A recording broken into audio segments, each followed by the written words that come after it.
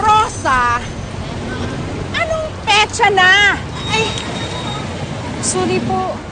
Yung ating mga katabing mga tindahan, kanina pang 2:00 ng madaling araw nakabukas. Eh tayo, tutulog-tulog tayo dito sa Bulaklakan. Aling Fe! Yung boses talaga merong sa tandang no? Ang layo ko pa, naririnig ko na kayong tatalak Ay nako!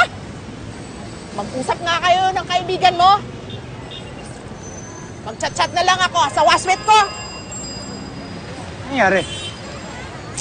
Kasalanan ko kasi.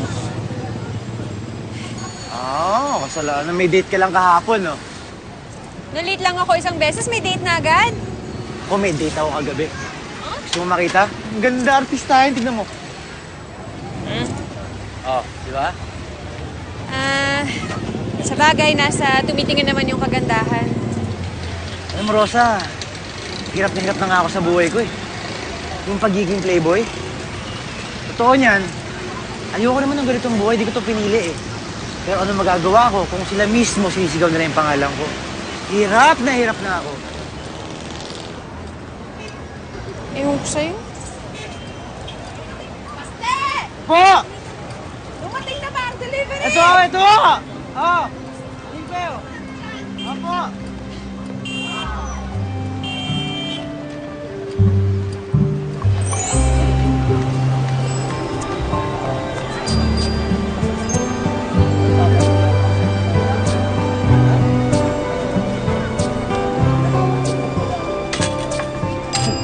Huy! Ay, may ginagawa. Ba't ka nag-aayos ng gulong? Hindi gawain ng babae yan. Grabe naman to. Ano, porket magaling ka mag-ayos, bawal na gawin ng babae?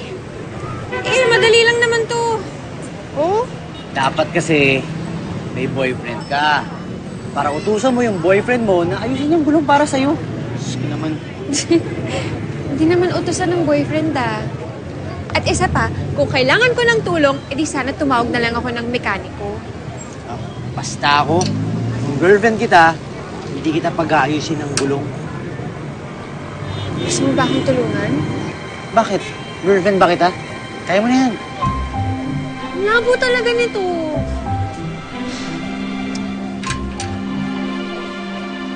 What's your problem? Oh.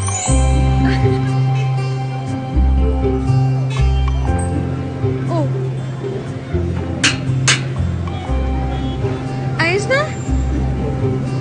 Yun lang?